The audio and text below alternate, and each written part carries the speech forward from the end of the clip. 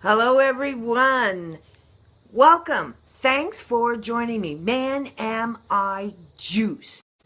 I'm juiced, guys. I'm so pumped. I just got off a video I want to talk about, or a Facebook Live, rather. Sorry. And I want to talk about that. Hello, everyone. My name is BJ Stevens, and I am the founder of Goosebump Moments and the co-founder of Legends Collective Live. This Facebook Live was done with Les Brown and his baby boy, John Leslie. I had the distinct privilege, honor to spend a few days with them and train with them a few years back. And guys, I cannot speak to the level of how much they inspire me, how much that they have transformed me and given me. But it is because of that Facebook Live that I kind of want to talk to you about. In their conversation, they were chatting about your purpose and having the mindset and the willpower and how important your mind is. You can lose everything. And he was referring to the people in Houston, and he was saying many of them have lost everything they own. It's going to be hard. It's going to be tough to start all over again. But all they lost were material things. And in those tragedian moments, those epic moments that we feel like everything is just pounded upon us, we still have our mind. We still have the ability. We're still walking this earth. And this is the most important, the most valuable thing that you own and possess. And I couldn't agree with him more. It's how you use it. It's how you put it into play that will make all the difference in the world. And they were speaking about assets, and it got me to thinking. I want to share a quick story with you. This is my story. It's a little chunk out of my life, but it speaks to the assets that we have. And sometimes they're right here at the end of our nose, and we don't even see them. We're too busy looking way beyond for that bigger dream, that bigger desire. And all we really need and all that we're really good at lies right here at the tip of our nose, right in front of you. Let me tell the story. For years and years and years, I had wandered throughout jobs and jobs. I had always stayed part-time in network marketing since I was 14. This year is my 50th year. Now, I have gotten out of network marketing, but I am proud to say I have 50 years of experience in network marketing. But it was never something I pursued full-time. I always had a regular full-time job, many full-time jobs. Or 3 and 4 of them at a time. In 1992, I was diagnosed with ovarian, cervical, uterine, and endometrial cancer. And that morning of surgery, my doctor told me, and I know she postponed telling me because she didn't want me to worry, but she told me that morning as I'm getting prepped and ready to go into the OR room that I had a 75% chance of not coming off the table. Now your mind goes crazy and you go right to that place that you shouldn't go. But you're human, and that's it's an emotional reaction, and you're going to go there. It just happens. So I'm happy to say that this year I am celebrating my 25th year of being a cancer survivor. But I got to tell you what I said to her as we were going into the OR, and she had told me, that I had a 75% chance of not getting off the table. And I said, well, then I guess you better do the best job you've ever done, because I'm not done living, and I've got a whole lot left to do. So you better do your best job ever. Now that's how I felt, but at the same time, I was terrified. I could die that day. Well, I fought. I chose to fight back. Was it easy? No, because in the duration between afterwards and now, I've been homeless. I lived a year without utilities. I've been hungry. I've lived off of food banks and handouts and neighbors' leftovers, and I did odd jobs. I took in laundry and ironing. I mowed yards. I ran errands for people. I did whatever the hell I could do just to have a few bucks. It was hard. It was difficult. And then, you've heard me speak of him, but my better half, Kevin, wasn't going to allow me to continue living like that. So he offered me to move in. Now, at the time, we'd been together 10 years. And it was a relationship that we were comfortable in, but living together was not something on our mirror. That was just not something we wanted to do. But because of my situation, he generously, graciously, and lovingly opened his home up to me, and 15 years ago, I moved in here. I think it kind of worked out, you think? 15 years? Anyway, when I moved in here, again, I felt obligated.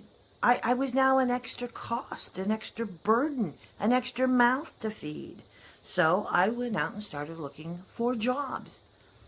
About 2 blocks away, they were building a new convenience store. So I went up and applied, and I got the job. That brought in a few dollars. You know what I did with that extra money? And I talked over this with him. I went back to school. I earned 3 college degrees, and I worked my butt off. I opened the store. So I was up at 3 a.m., and I got off most days around 11 or 12, and there were some Saturdays, a couple of Saturdays a month I had to work.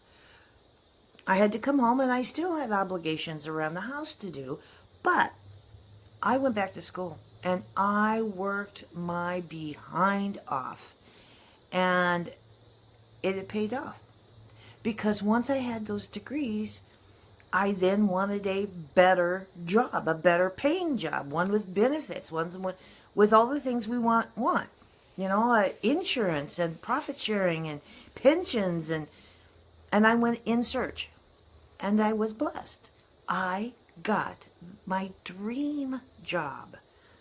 I landed a job in local county government, and I loved that job. Absolutely loved it. 7 years later, it is right after the 2008 financial crisis. Budget cuts are coming down the hill. We know they're coming. I kind of knew. It wasn't confirmed, but you be around a place 7 or 8 years, you kind of get the feel. And sure enough, they let me go because of budget cuts. I am, at that moment, now 60 years old. No, 59 years old. And I'm thinking to myself, oh my gosh, I've got all this leadership experience, all this teaching and coaching experience, and I've got all of this background and all of these different businesses I've worked in. I can get a job like that. to make a long story short, I put out over 150 resumes. I was only called for 15 interviews. And after about the third or the fourth one, I knew I was screwed. Excuse the language, but I was sunk. Why? You've heard me say this, but it bears repeating. One of the last, in fact, it was the last interview I had. You could tell in the interview, you could tell by the tone of their voice and the words they're using and the disconnection of eye contact. He's just not interested. And I'd had it. And I said to him, may I ask you a very direct question? And please, I would love an honest answer. This isn't going anywhere any further than right here. But could you please tell me why, after going over my resume, looking at all my background and my experience, why am I not a fit for your company? And out of the clear blue sky, here's his answer. BJ, you're no longer an asset. You are now a liability. Now, one of my degrees is in human resources. I spent 10 years working in human resources. I'm the person on the other side of the desk asking the questions, doing the interviews. And at the moment he said that, kaboom, I knew exactly what he was talking about. But because I had taken it personally and I was looking at it from my side of the wall instead of going in and looking at it from their side, as I should have done, I was internalizing it. And here's what he said, and I want you to listen to this, folks. He said, most places will ask you, what do you see yourself doing in 5 years? He said, did you notice I didn't ask? And I said, yes. And I know why. And he said, why? And I said, because I'm 60 years old, or 59. In 5 years, odds are I'm going to be looking at retirement. And he said, you're absolutely correct. Now listen to me from a business standpoint. He said, it takes a lot of time, money, and resources to train new hires. He's correct. It takes a lot of financial investment in you. He's correct. And he said, if, for instance, it's a $30,000 a year job position, I am going, as an employer, going to probably be spending around $40,000 to $42,000 on you because of all the unemployment tax, the state tax, the federal tax, the contributions, the pension, the insurance, whatever it is that company, that business is pouring into you as an employee. They're making a huge financial investment in you. And he said, the amount of pay that we would be willing to offer you would take a good 7 to 8 years to see a return on my investment. So you, technically, I'm sorry to say, are now costing me money to hire you, because you're not going to be around long enough for me to get my return on my investment. I'm losing money if I hire you. And that absolutely made sense. But it upset me. I'm not going to lie. It really upset me. Broke my heart. But that's one of those situations where the truth hurt. I'm now 59 or 60 years old. I have nowhere to go. And even though I have all this degree and all these experiences and all this wonderful job skills and background, I can't get a job because now I'm a liability. So that's when I came home and I cried for 3 days. I'm not going to lie, I did. Facing that reality, facing that truth hurt like hell. And then I said, why am I wallowing in my self-pity? I know what I'm worth. I am an asset. I am an asset. Because I can bring to the table all of this teaching and coaching experience I've been doing for up then about 30 years. I can bring all my leadership skills. I can bring all my management skills. I can bring all my education and training. I belong to state, national organizations where I served on boards of directors and served as presidents. And I know what I have. I can bring it. But how am I going to do it? How do I show my assets to the world? That's where Les Brown and John Leslie come in. They made me an offer I couldn't refuse.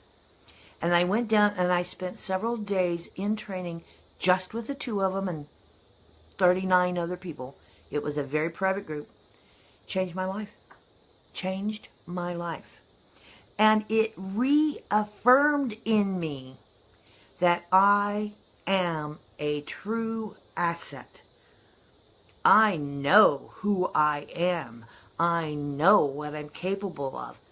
But I am willing to admit my weaknesses.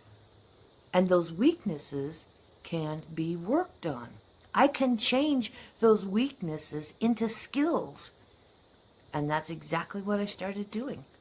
I had all this experience, but now I needed to up those skills, to revamp them, to unlearn and relearn. And that's exactly what I did. And that is the message I want you to learn today. Please, if you find yourself at a fork in the road and you're not happy, but you just don't know what you want to do or where you want to go, or you don't have any idea of what your skills are or where your passion lies, reach out to me. Reach out to me. I can help you sort it out. Go to bjstevens.com. Set up a 1-hour complimentary conversation with me, and we will dig into this. It really is all about how you perceive yourself. You are your own worst enemy. It's that stinking thinking, negative conversation. It's the ugly words that you keep telling yourself that keeps you where you are. You gotta fight. Let me give you an example. If you're a parent and you've got a child who somebody is harassing and bullying and tormenting, what's your first reaction? You're gonna go out there and you're gonna fight like crazy to protect that child.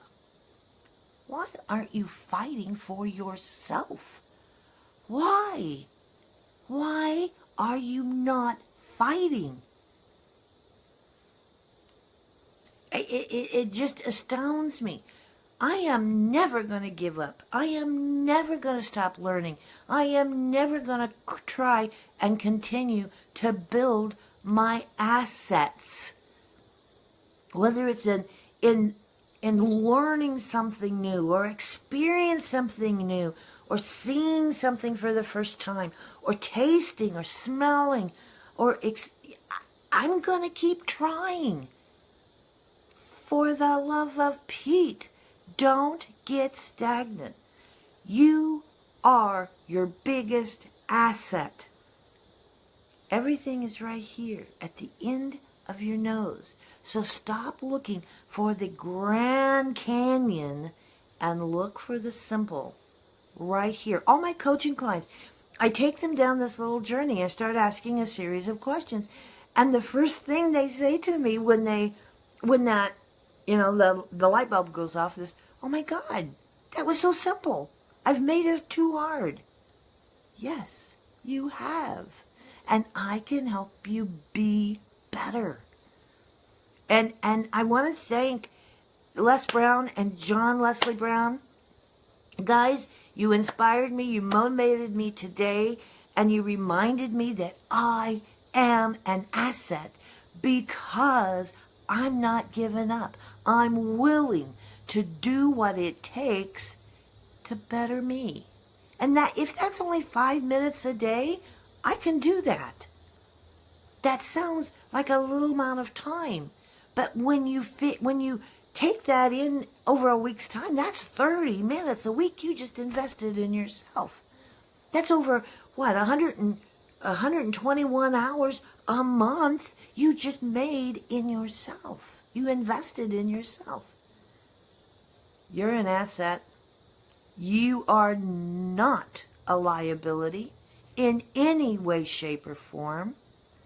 And if you need that to hear that from me, get a hold of me.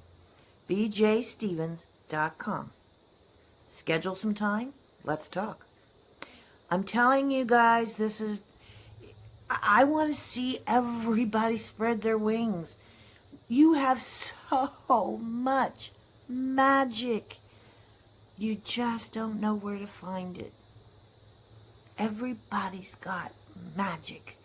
Make it wonderful magic. Make sure you make somebody smile today. We will talk to you later. Magic, you're full of it. Bye.